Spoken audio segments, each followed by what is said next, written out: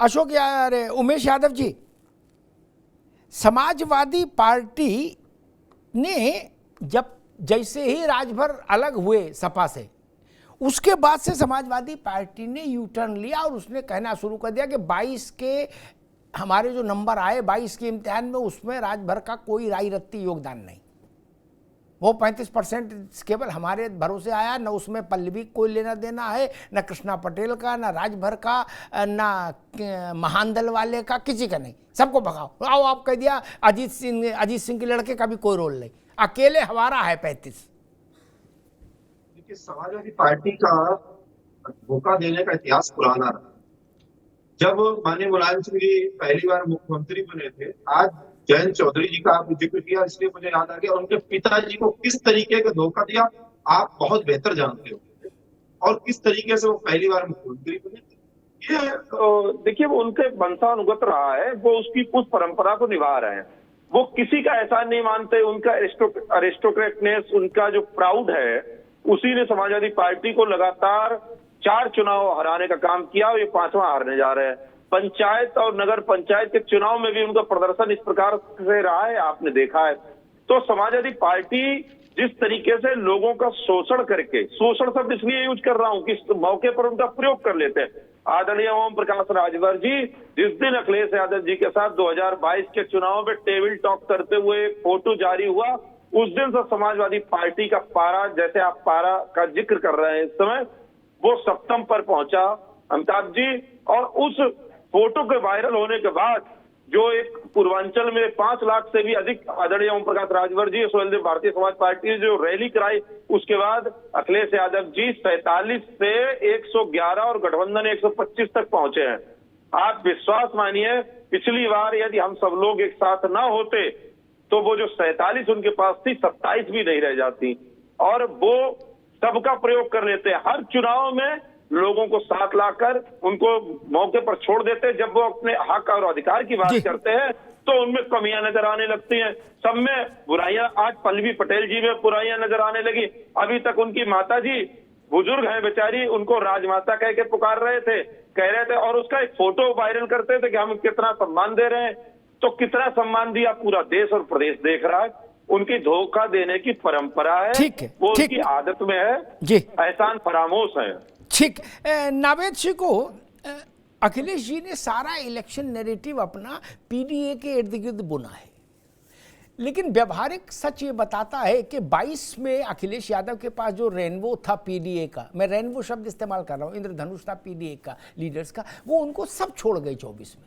नहीं तो पीडीए व्यवहारिक तौर पर क्लिक नहीं कर पा रहा जमीन पर।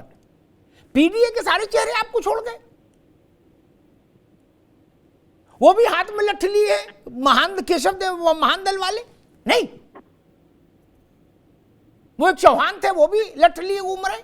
राजभर अलग भागी गए, पल्लवी पटेल अलग हो ही गई, कृष्णा पटेल अलग हो ही गई। फिर ये बात जमीन पर कैसे इस्टेब्लिश करेंगे अखिलेश जी कि हम पीडीए को रिप्रेजेंट करते हैं, हमारी थ्योरी पीडीए है नावेश जी को, क्योंकि प्रैक्टिकल तो बिल्कुल अलग है। अखिलेश यादव के लिए, क्योंकि पीडीए के तौर पर जैसे विधानसभा चुनाव में उनका एक बड़ा एक कोलाज था, एक बड़ी सेना थी, उस हिसाब से कोई भी नहीं है इनके साथ। और जो पार्टी है, बड़ी पार्टी है, राष्ट्रीय पार्टी है कांग्रेस, और लेकिन उसकी तो नारा ही रहा जात की ना पात का मोहर लगेगी हाथ पे। कांग्रेस पीडीए की थीसिस में नहीं आती, वो तो इस किताब से ही बाहर है, सिलेबस से ही बाहर है कांग्रेस तो।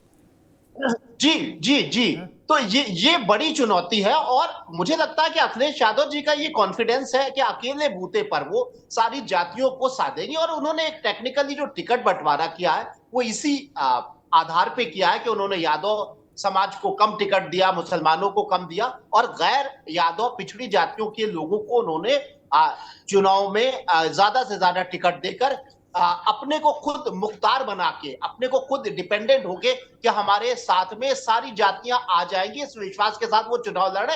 लेकिन रिस्क है, इस बात में कोई शक नहीं कि विधानसभा चुनाव में अखिलेश यादव बहुत अच्छा चुनाव लड़े थे, और अखिलेश यादव जी के साथ में एक बहुत अच्छा वोट उनको पड़ा था।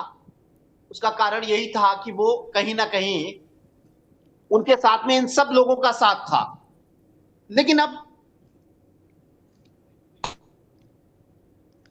कोई कॉन्फिडेंस इस बात का है? चलिए, हिम्मत मदद मर्दा, हिम्मत करो, ईश्वर मदद करेगा। लेकिन इम्तिहान का रिजल्ट आना अभी बाकी है कि पीडीए चला कि नहीं चला। अशोक जी, ये 5वां चुनाव है अखिलेश जी का, 14, 17, 19, 22, ये 5वां, क्या 5वां चुनाव? 4 चुनाव विपरीत चले जाए तो 5वें चुनाव पर परफॉर्मेंस का प्रेशर बहुत ज्यादा हो जाता है, नहीं? क्योंकि आपका जो कार्यकर्ता है वो भी टेस्ट करना चाहता है कि भैया देखें कुछ दम बची कि नहीं बची, कभी आएंगे सरकार में कुछ हमको भी माल मत्ता मिलेगा कि नहीं ना, वो भी चेक करता है। क्योंकि अब वो जमाना तो चला गया, टीवी पे आप कहो चाहे ऋचा कहें चाहे उमेश कहें कि नहीं हमारे पास समर्पित लाखों करोड़ों कार्यकर्ता, वो हम सब जानते कौन किसके पास क्या है। क्या जो आदमी घर से निकला वो इस बात के लिए निकला भैया कोई व्यवस्था बनेगी तो इनकी पार्टी में रहेंगे, नहीं दूसरे के में चले जाएंगे। मेरे पास तो ऐसे ऐसे महानुभाव आते, बोलो भाई जब भाजपा से टिकट मिल जाए कोशिश कर रहा हूं, नहीं तो अखिलेश यादव क्या भी सेटिंग है, बात बहन जी क्या भी चला रखी है, क्या नाम ले दूंगा मैं तो यहां। इसलिए वो सब मत बताइए इसके समर्पित समाजवादी कार्यकर्ता राम मनोहर लोहिया नहीं हो कोई, जिसका कोल्ड स्टोरेज चल रहा वो कह रहा भाई साहब भाजपा वाले इस बात करा दो, मुझे धंधा करना है, सफाई में रह के और बर्बाद हो जाएंगे।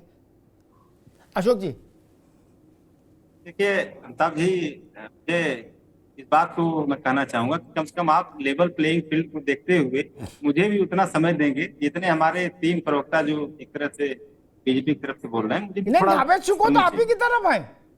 हाँ चलिए, दो को मान लेता हूँ, 2 हैं। हाँ अच्छा देखिए, मैं अपनी बहन से निवेदन करूंगा जी। कृपया डिबेट के दौरान किसी के पर्सनल बहू बेटियों के ऊपर बात नहीं की जाती है, क्योंकि ये थोड़ा सा गंदी बात होती है, ये तुच्छता होती है।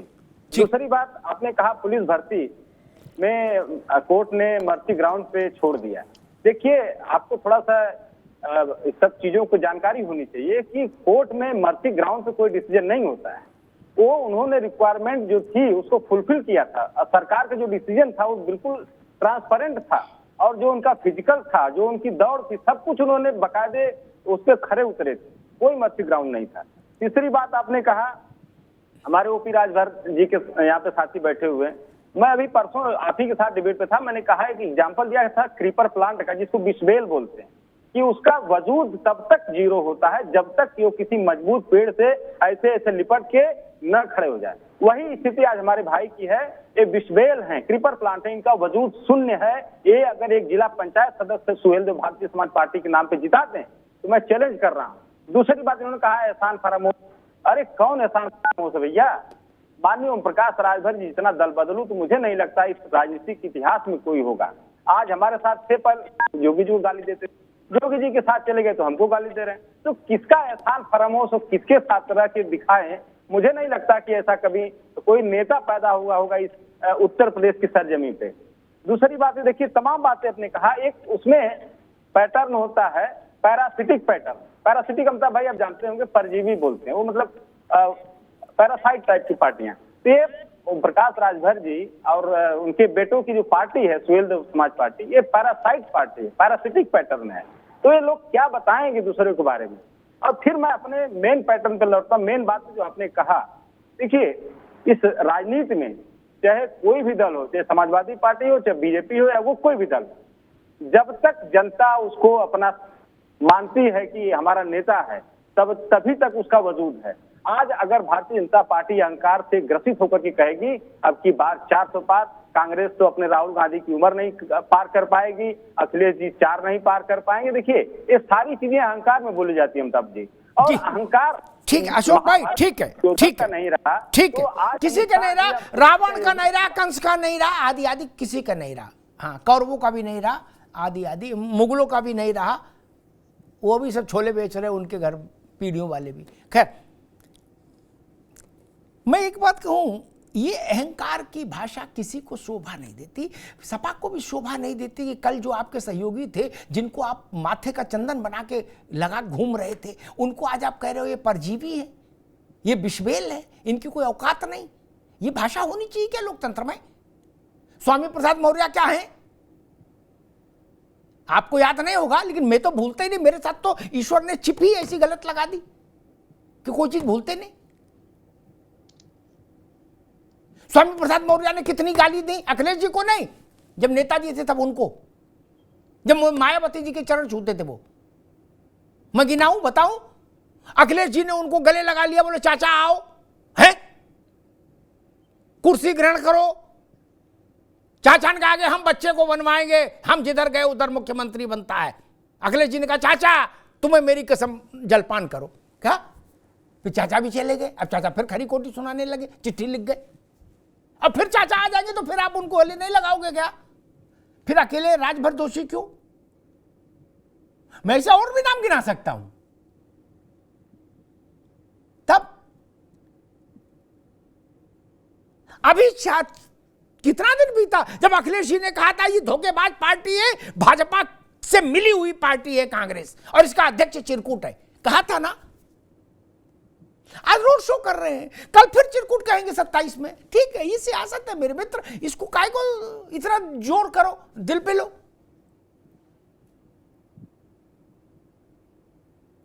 राजभर कुछ नहीं है तो भाई साहब इतना कोई धर्मात्मा है अखिलेश यादव भी की पार्टी या भाजपा वाले जो राजभर के जेब में कुछ नहीं है फिर भी राजभर को गाड़ी में बैठा घुमा रहे हैं। और एक बात कहूं अशोक बाबू, ये मेरा अनुभव कहता है, राजभर लोकसभा चुनाव के बाद विधानसभा चुनाव से पहले अगर आपके पार्टी में आ जाएंगे ना तो फिर भी सबसे आगे बैठेंगे अखिलेश यादव के साथ। क्या? और अखिलेश यादव अपने संबोधन में यही कहेंगे कि अब तो आदरणीय ओम प्रकाश राजभर जी भी आ गए हैं हमारे साथ, यही कहेंगे। इसलिए इतना कटु नहीं बोलो कि मामला गड़बड़ हो जाए। खैर, ऋचा राजपूत गठबंधन कह रहा है कि भैया अब की बार 400 पार का अहंकार टूट जाएगा भाजपा का। देखिए, अहंकार तो करना भी नहीं चाहिए, चाहे आप कितनी बार भी सत्ता में आ जाओ। अहंकार तो रावण का भी नहीं रहा है। तो ये तो मुझे देखिए, आपने बोला कि कार्यकर्ता कर्मठ होता है, ये सारी बातें चलती है, लेकिन सच में मुझे गर्व होता है कि मैं भारतीय जनता पार्टी के लिए काम कर रही हूँ। आज जो अखिलेश यादव जी औरंगजेब की भूमिका निभा रहे हैं, आपकी पार्टी के नींव शिवपाल चाचा तो हैं, पर मुझे मंच पे कहीं नहीं दिखाई देते। जिन जिन लोगों ने इनकी पार्टी को बनाया उन्हीं लोगों को एकदम सिरे से नकारने का, सिरे से खत्म करने का काम ही समाजवादी पार्टी कर रही है। मुझे लगता है इसमें इनको चिंता करनी चाहिए। दूसरी तरफ जनता इतनी जागरूक है, उसको पता है कि आज उसे पीडीए के नाम पे किसी के परिवार की राजनीति बचानी है कि सर्व जातियों को सम्मान देने वाला, सर्व जाति को हिस्सेदारी देने वाली भारतीय जनता पार्टी को जिताना है। आप लोगों के समय पे देखिए, मैं कोई धर्म की बात नहीं करती हूँ, लेकिन धर्म की बात तब आती है जब आप लोगों के शासन में 84 कोस परिक्रमा पे रोक लगाई गई थी। और मुझे बड़ा आश्चर्य होता है कि बहुसंख्यक कितना सहिष्णु है। मतलब मैं जब पढ़ती हूँ चीजों को कि उस समय पे जो मंदिर के घंटों को लोग पुलिस वाले पकड़ के खड़े होते थे कि अजान के समय वो घंटी बज ना जाए। आपको क्यों लगता है कि क्या हम हिंदू होने के नाते हम धर्म से इतना कट चुके हैं? हम ये मानते हैं कि कहीं ना कहीं हम लोगों को शुरू से धर्म की उतनी जानकारी नहीं दी जाती जो देनी चाहिए। तो कहीं ना कहीं अगर कोई पार्टी राष्ट्र और धर्म के लिए काम कर रही है तो उसे करने दीजिए। मतलब किसी के नकारात्मक में आपको इतना नहीं पड़ना चाहिए। हमें याद है किस तरीके से आपने कन्नौज में रथ यात्रा रुकवाई है। जो कन्नौज से लड़ रहे सुब्रत पाठक जी, वो एक साल उन पे रासुका लगा दी थी आपने इस चीज के लिए। तो जनता इतनी जागरूक है कि आज की तारीख में उसे गुंडा राज को वोट देना है कि बुलडोजर राज को वोट देना है। आज वो महिला सुरक्षा के नाम पे जो महिलाएं सुरक्षित होकर निकल रही हैं उसके लिए वोट देना है कि जहां पर महिलाओं के दुपट्टे खींचे जाते थे उनको वोट देना है।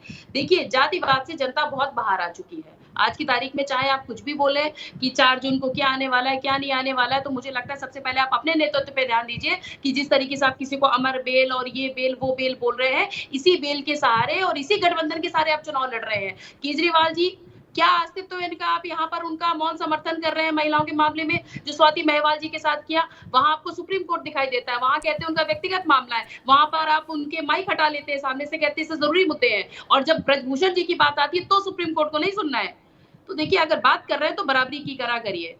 तो आप लोग एकदम हार की तैयारी करिए। और इस बार जनता सुशासन को लेके आने वाली है और योगी आदित्यनाथ जी दोबारा प्रधानमंत्री जी, नरेंद्र मोदी जी को प्रधानमंत्री बनाने जा रहे हैं।